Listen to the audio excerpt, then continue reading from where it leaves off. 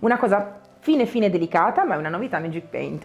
Remida. È una foglia oro eccezionale, ovviamente non è una foglia oro vera, ma è una foglia oro imitazione, ma è molto più facile da utilizzare delle classiche foglie oro. Sì.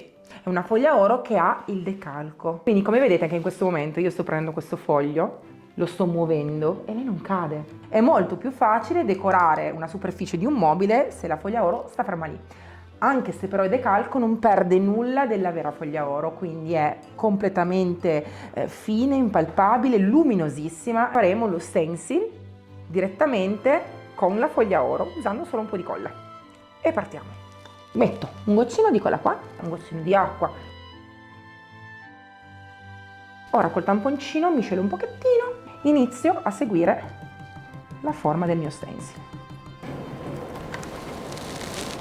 Ricordiamo anche che la foglia oro nuova c'è anche in argento e in bronzo. Bravissima. Sollevo solo il bordino, tieni così, in modo da continuare e applicare la foglia anche di qua. Ho preso un fogliettino e l'ho tagliato a metà. Lasciamo che la foglia ora attacchi delicatamente al nostro stencil, mentre la colla tira. Quando la colla sarà completamente asciutta, secca, tolgo i fogliettini, spolvero e siamo a posto.